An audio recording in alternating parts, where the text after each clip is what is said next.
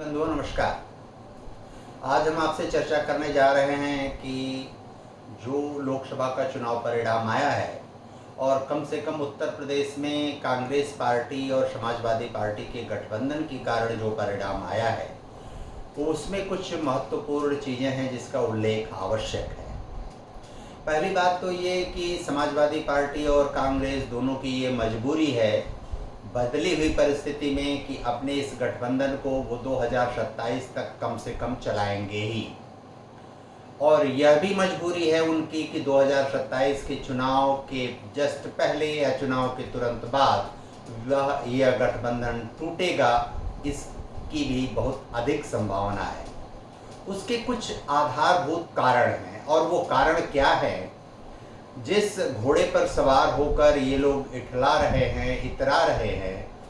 उसमें भारतीय जनता पार्टी जैसे राजनीतिक दलों के लिए बहुत शुभ और अच्छे संकेत हैं, और जो लोगों ने त्रुटियां की उस त्रुटि की संभावना वे चाहेंगे तो आगे निर्मूल कर पाएंगे। वो संभावना क्या है कि बीते कर्नाटक और तेलंगाना का चुनाव या पश्चिमी बंगाल का चुनाव या कुछ ऐसे चुनाव हुए जिसमें समाजवादी पार्टी को ये महसूस हुआ, ये प्रतीत हुआ कि अब आने वाले समय में मुस्लिम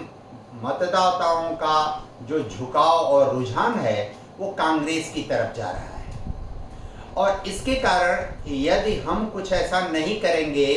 तो वह मतदाता हमसे उत्तर प्रदेश या उत्तर भारत में भी खिसक जाएगा। और बिहार में लोकसभा के चुनाव में यह स्थिति दिखाई भी पड़ी कि वो मतदाता लालू प्रसाद जी और तेजस्वी यादव जी जैसे लोगों की तुलना में नीतीश कुमार जी पर भरोसा उनका थोड़ा ज़्यादा रहा।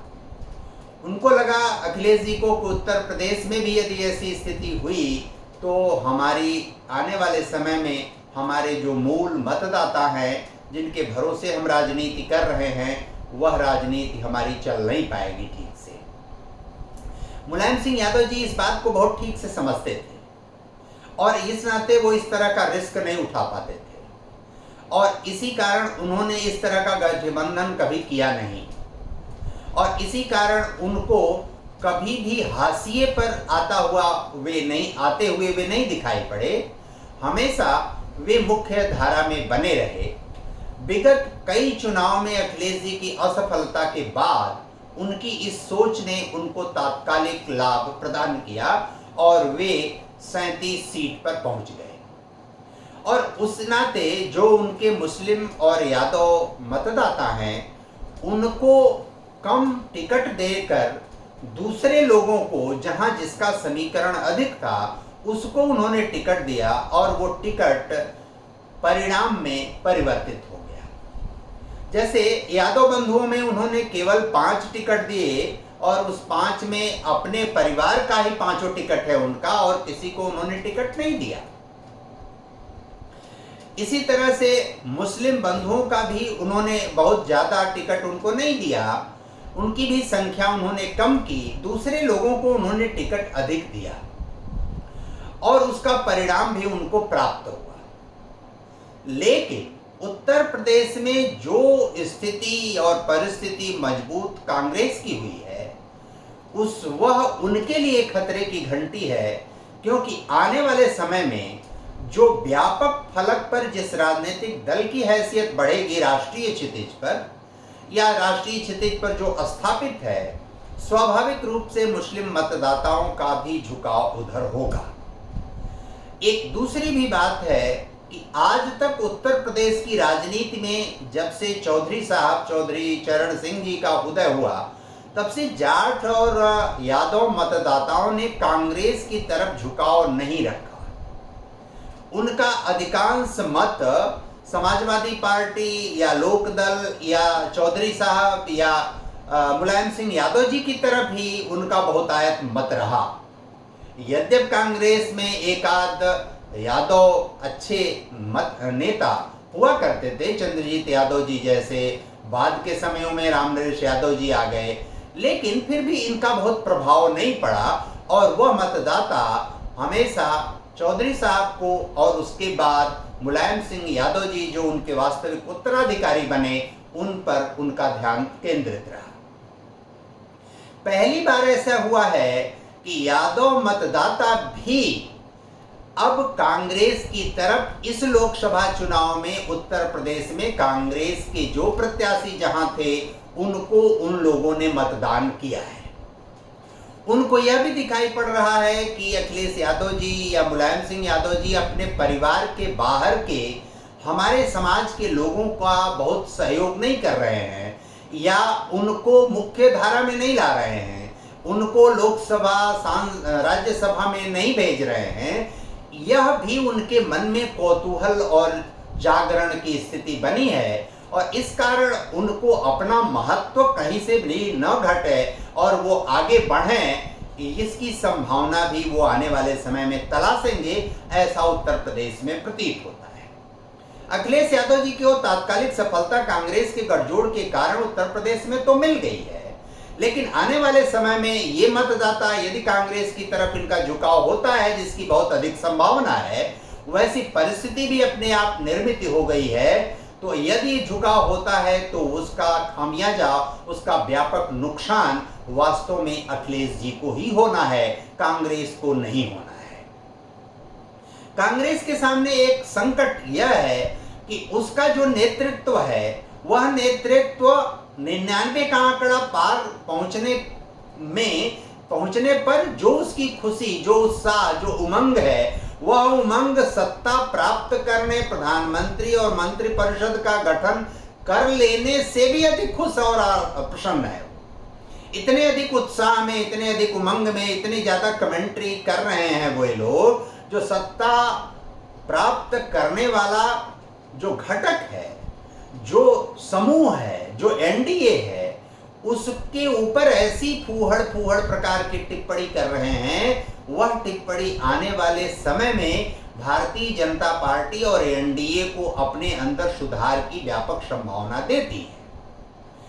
उन लोगों की परिस्थिति ऐसी नहीं है इंडिया गठबंधन की, अन्यथा वे भी जोड़ तोड़ की राजनीति करने,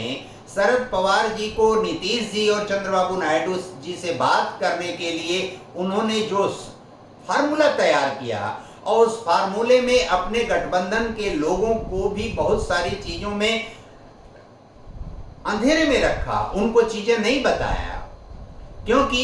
नरेंद्र मोदी जी ने जो संकेत दिया कि यदि हमारी सरकार नहीं बनती है तो हम विपक्ष में बैठना पसंद करेंगे, हमको कोई एतराज नहीं है, अगर इंडिया गठबंधन चाहे तो वो सरकार बना ले। जब ये सूचना इनडायरेक्ट, परोक्ष रूप से इंडिया गठबंधन के लोगों को मिला तो वो ज्यादा फास्ट और सक्रिय हो गए, और इसलिए सक्रिय हो गए क्योंकि उनको लगा कि ऐसी परिस्थिति में चंद्रबाबू नायडू जी और नीतीश कुमार जी हमारे साथ आ जाएंगे, जिसकी कोई दूर दूर तक संभावना नहीं थी कि क्योंकि चंद्रबाबू नायडू जी और नीतीश जी को यह पता है कि मजबूत स्थिति में आज भी कौन है, कौन लंबे समय तक सरकार चला पाएगा। और यहां तो आधे दर्जन से अधिक प्रधानमंत्री के ही दावेदार हैं, शरद पवार जी दावेदार हैं, उद्धव ठाकरे जी दावेदार हैं, अखिलेश यादव जी 37 सीट पाए हुए दूसरे सबसे बड़े घटक दल हैं, इसलिए वो भी दावेदार हैं, राहुल जी, खड़गे जी कांग्रेस में ही कई दावेदार हैं, और इसलिए इन दावेदारों के कारण कभी भी वो सरकार बना नहीं पाएंगे। उनके यहाँ कम से कम कोई भी सर्वमान्य नेता इंडिया गठबंधन का नहीं है, और इस कारण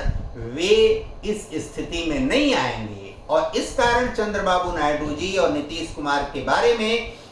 जो भी जितना भी दुष्प्रचार, भ्रामक प्रचार, काल्पनिक बातें कही गई, उनका कहीं कोई आधार था ही नहीं, इस तरह की कहीं कोई चर्चा वार्ता ही नहीं थी। तो आने वाला जो समय होगा, उस आने वाले समय में क्या परिस्थिति बनेगी और उस परिस्थिति के अनुसार क्या वातावरण बनेगा, उसको ध्यान में रखना बहुत आवश्यक है। और यह आवश्यकता अगर अखिलेश जी ठीक समय पर, सही समय पर भांपने में सफल रहे तो उनकी स्थिति बचेगी, अन्यथा समाजवादी पार्टी को कांग्रेस के कंधे पर सवार होकर नाव पार करने के अलावा और कोई मार्ग नहीं बचेगा। हो सकता है कुछ समय के लिए यादव बंधु उनके साथ बने रहें, लेकिन जो मुस्लिम मतदाता हैं, मुस्लिम बंधु हैं, वे उनके साथ नहीं रहेंगे यदि उनको प्रतीत होगा कि उत्तर प्रदेश और देश के अन्य हिस्सों में कांग्रेस मजबूत हो रही है और कांग्रेस आगे बढ़ रही है, कांग्रेस लीड कर सकती है। यदि उनको इस तरह की संभावना दिखती है तो वो इनका साथ छोड़कर उधर पूरी तरह शिफ्ट हो जाएंगे। पहले भी वे उन्हीं के साथ थे, वही मतदान करते थे और बाद में भी उनको शिफ्ट होने में कोई दिक्कत नहीं आएगी। जहां तक अन्य मतदाताओं का प्रश्न है, वह यथास्थिति में बने रहेंगे और उस यथास्थिति के कारण जो परिणाम आएगा उसको जो अन्य पिछड़े वर्ग के मतदाता हैं या जो अन्य मतदाता हैं, उनको साधने में भाजपा निश्चित रूप से पुनः सफल हो पाएगी, ऐसी प्रत्याशा, ऐसी स्थिति है। क्योंकि जो चूक हुई है उस चूक को आइडेंटिफाई करके, चिन्हित करके भारतीय जनता पार्टी ने उस पर काम भी शुरू कर दिया है। इसलिए यदि यह शिफ्टिंग हुई, जिसकी बहुत प्रबल संभावना है, और कम से कम उत्तर प्रदेश में ये दोनों जो समाजवादी पार्टी के आधारभूत मतदाता थे, इन्होंने, एक ने यानी मुस्लिम समाज ने तो बहुतायत में मत दिया है जहां कांग्रेस के प्रत्याशी थे, लेकिन 60-70% मतदाता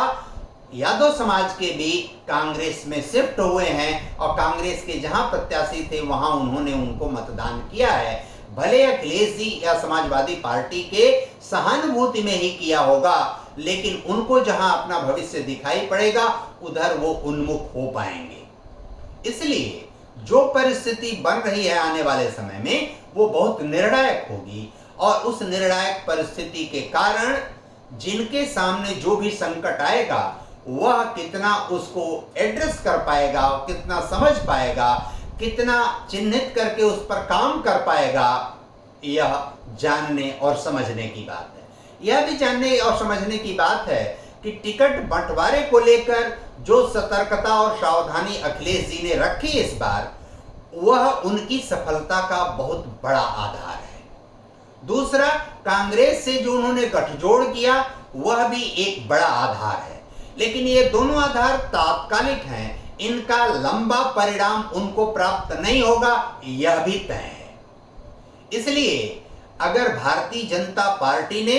टिकट बंटवारे को लेकर, प्रत्याशी की श्रेष्ठता को लेकर, प्रत्याशी किसी भी रूप में, जैसे अयोध्या में समाजवादी पार्टी ने जिनको टिकट दिया, वो टिकट केवल समीकरण के आधार पर नहीं दिया, बल्कि उनकी पार्टी के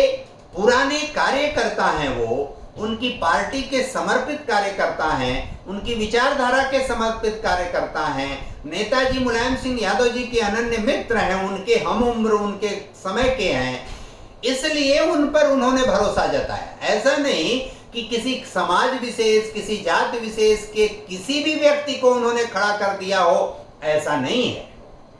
इस नाते इन सब परिस्थितियों के आलोक में जो आने वाला समय है वह निर्णायक होगा और ऊंट निश्चित रूप से पुनः भारतीय जनता पार्टी के करवट बदलेगा, ऐसी पूरी संभावना दिखाई पड़ती है। धन्यवाद, नमस्कार।